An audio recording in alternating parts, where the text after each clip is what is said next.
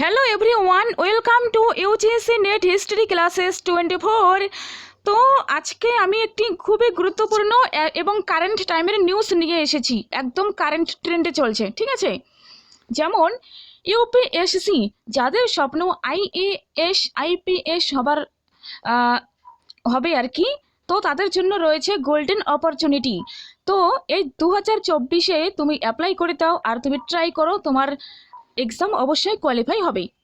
Union public service commission এর apply date 14/2/2024, অর্থাৎ ফেব্রুয়ারির 14 তারিখ থেকে অ্যাপ্লাই শুরু হয়েছে আর মার্চের 5 তারিখ অ্যাপ্লাই শেষ হবে, ঠিক আছে। এই যে এখানে দেওয়া রয়েছে। তো আজকে ফেব্রুয়ারির 28, আই থিঙ্ক, হ্যাঁ 28 তারিখ। তো তোমার হাতে এখনো 1 উইক টাইম রয়েছে, তুমি অ্যাপ্লাই করে দিতে পারো, ঠিক আছে। Candidates to ensure their eligibility for the examination, সকল ক্যান্ডিডেটসদের জন্য রয়েছে যে এখানে তোমাকে কেয়ারফুলভাবে এই নোটিশটি পড়তে হবে, ঠিক আছে। আর হাউ টু অ্যাপ্লাই করবে এই ওয়েবসাইটে upsconline.nic.in, ঠিক আছে। এখানে রেজিস্ট্রেশন করতে হয়, ওয়ান টাইম রেজিস্ট্রেশন প্ল্যাটফর্ম রয়েছে, ঠিক আছে। তারপরে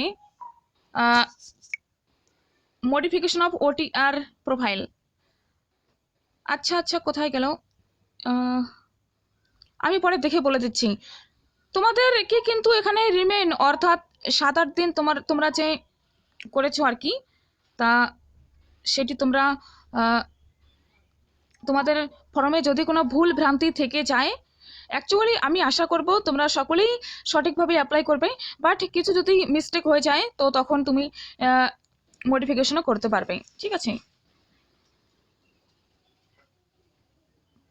এই যে রয়েছে, this window will remain open for 7 days from the date of opening of the same, that is from 06/03/2024 to 12/03/2024। 6 তারিখ থেকে 12 মার্চ পর্যন্ত তুমি ঠিকঠাক করতে পারবে, ঠিক আছে। তারপরে এখানে রয়েছে অনেক কিছু।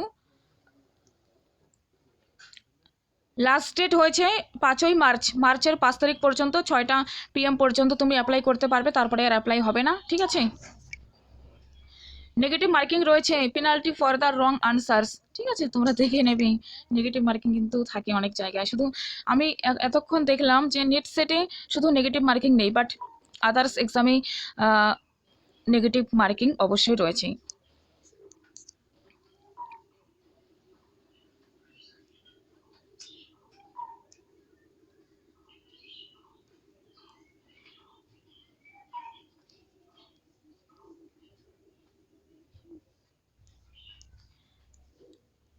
নেক্সট এখানে বলছে যে ফটোকপি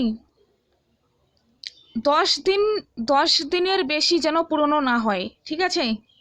আর তোমাকে ভালো মতন একটা ছবি তুলে দিতে হবে, চশমা পরা, তারপরে মুখ ভর্তি চুল, এগুলো যেন না থাকে।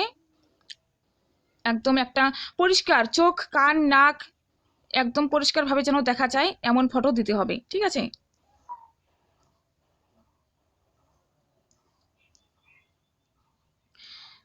এখানে রয়েছে যে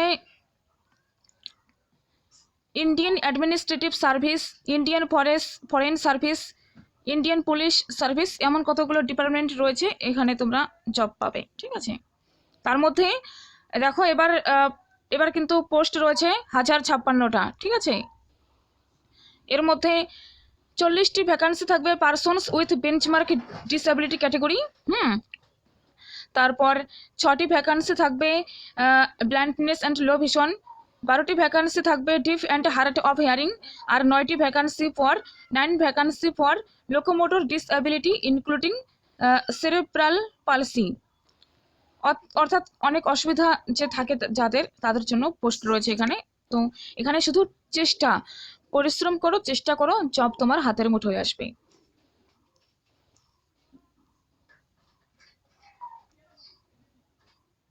ঠিক আছে, এখানে গুরুত্বপূর্ণ যেগুলো আমি সেগুলো বলে দিচ্ছি। Centres of civil service preliminary examination. দেখো ভারতবর্ষের মধ্যে এই 80টি সেন্টারে 80টি স্থানে পরীক্ষা হবে। ঠিক আছে, ওয়েস্ট বেঙ্গলের মধ্যে আই থিঙ্ক কোথায় পরীক্ষা হবে, শিলিগুড়িতে পরীক্ষা হবে ওয়েস্ট বেঙ্গলের মধ্যে। এই 67-এ দেখতে পাচ্ছ শিলিগুড়ি, আর কলকাতাতে পরীক্ষা হয়। কলকাতা কোথায় গেল, এই যে কলকাতা রয়েছে 43 নম্বরে। ঠিক আছে, প্রিলি হবে এই দুটো স্থানে। আর মেন্স কোথায় কোথায় হবে, মেন্স তোমার হয়ে যাবে 24টি শহরে, তার মধ্যে 14 নম্বরে দেখো কলকাতা রয়েছে। ঠিক আছে, প্রিলি পরীক্ষা হবে 1 দিন, আর মেন্স পরীক্ষা হবে 5 দিন। প্রিলি হবে 1 ডে পরীক্ষা, আর মেন্স হবে 5 দিন। ঠিক আছে, এটি তোমরা শুনে রাখো। এজ লিমিটস যেমন থাকে তেমনই। 1 আগস্ট 2024 থেকে 21 বছর থেকে 32 বছর পর্যন্ত। তারপরে যাদের রিল্যাক্স দেওয়া হয় তারা তো দেবেই। ঠিক আছে, SC STরা 5 ইয়ার্স, তারপর OBC তারা 3 বছর। তাছাড়াও যাদের, হ্যাঁ তোমরা দেখে নেবে নোটিশটা। ঠিক আছে, মিনিমাম কোয়ালিফিকেশন যেটা সেটি বলে দিচ্ছি আমি। A candidate must hold a graduate degree of any of the universities incorporated by an act of the central or state legislature in India or other educational institutions established by an act of parliament or declared to be deemed as a university under section 3 of the University Grants Commission Act 1956 or possess an equivalent qualification। তুমি যে কোনো শাখা থেকে graduate হতে হবে তোমাকে, অর্থাৎ BA pass. তুমি গ্রাজুয়েট হলেই তুমি এখানে অ্যাপ্লাই করতে পারবে। ওকে,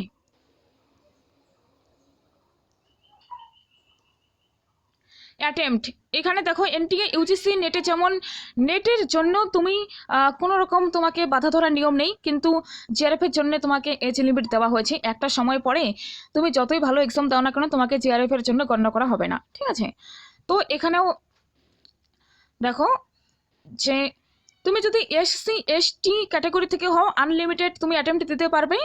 OBC ক্যাটাগরিরা 9 বার পরীক্ষায় বসতে পারবে, আর PWD 9 বার। ঠিক আছে, আর জেনারেলদের কতবার,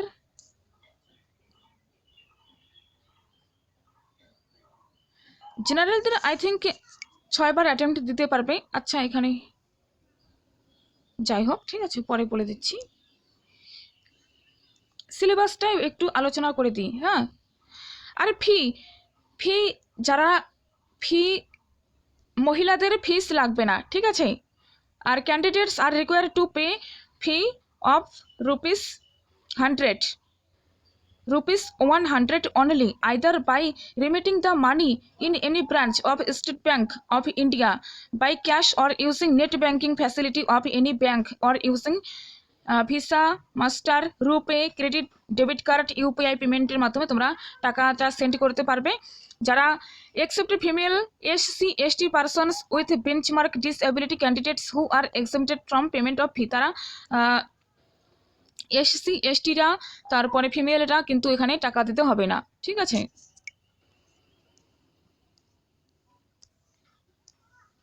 ওয়েট আমি দেখে বলে দিচ্ছি।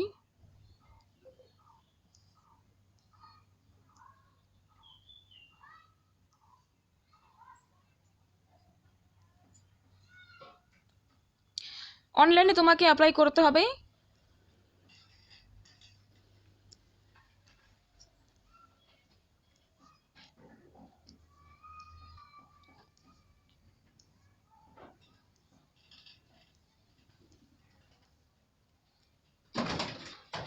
পরিষ্কারভাবে বলা হচ্ছে 5 তারিখ কিন্তু লাস্ট ডেট মার্চের।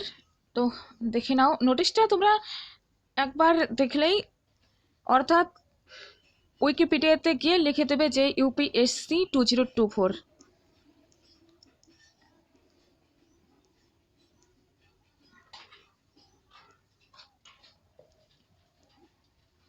সিলেবাস প্রথমে মেন্স হবে, প্রথমে তোমাকে মেন্স এক্সাম রিটেন প্রিলিমিনারি দিতে হবে, দেন মেন্স দিতে হবে, দেন পার্সোনালিটি টেস্ট বা ইন্টারভিউ তোমাকে দিতে হবে, তারপরে তোমার জয়নিং। ঠিক আছে, এখানে বলা হচ্ছে যে প্রিলিমিনারি এক্সামের যে syllabus, preliminary exam 2 compulsory papers of 2 marks each, অর্থাৎ একদিনেই 2টো পেপারে পরীক্ষা হবে।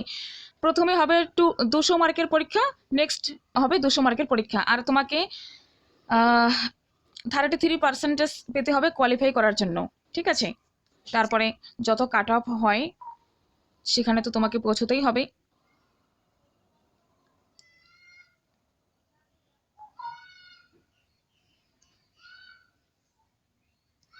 আর মেন্স এক্সাম হয়ে যাবে এখানে, হ্যাঁ এখানে পেপার এ, পেপার বি, তারপরে papers to be counted for merit. Paper 1 এসে তোমাকে লিখতে হবে, জেনারেল স্টাডিজ পড়তে হবে, জেনারেল স্টাডিজ 2, জেনারেল স্টাডিজ 1 এ Indian heritage and culture, history and geography of the world and society. General studies 2তে রয়েছে governance, constitution, polity, social justice and international relations. Next technology, economic development, biodiversity, environment, security and disaster management পড়তে হবে। General studies 4 paper 5 আর general studies 4 পড়তে হবে ethics, integrity and aptitude. Okay, paper 7 হয়ে যাবে তোমার optional. Paper 6, 7, paper 7 optional, paper 2। ঠিক আছে, total grant total পরীক্ষা হবে 2025। ঠিক আছে, 2025 এর মধ্যে পরীক্ষা হবে। এর মধ্যে 275 হয়ে যাবে, এখানে 275 হয়ে যাবে ইন্টারভিউ, পার্সোনালিটি টেস্ট। ঠিক আছে, আর এখানে টোটাল হয়ে যাবে 1750, আর ইন্টারভিউ 275, 2025-এর মধ্যে পরীক্ষা হবে। ঠিক আছে, তুমি বাংলাতেও পরীক্ষা দেবে, এখানে দেখো অনেক ল্যাঙ্গুয়েজে পরীক্ষা দিতে পারবে। ঠিক আছে, কোনো অসুবিধার কোনো কথা নেই, তুমি অ্যাপ্লাই করে দিও। ঠিক আছে, তো আর আমি মেন ইনফরমেশনসগুলো বলে দিলাম, যদি কোনো বাতিল পড়ে যায় তাহলে পরে আলোচনা করা হবে। ঠিক আছে, সিলেবাসটা পরে ভালো মতন আলোচনা করে দেবো। যদি তোমাদের সিলেবাসটা দরকার পড়ে, এই যে যেমন আমি প্রিলিটা বলে দিচ্ছি আপাতত। সেকশন 3-তে বলা হচ্ছে syllabi for the examination, part A preliminary examination 2 ঘন্টা হবে। তারপরে তোমাকে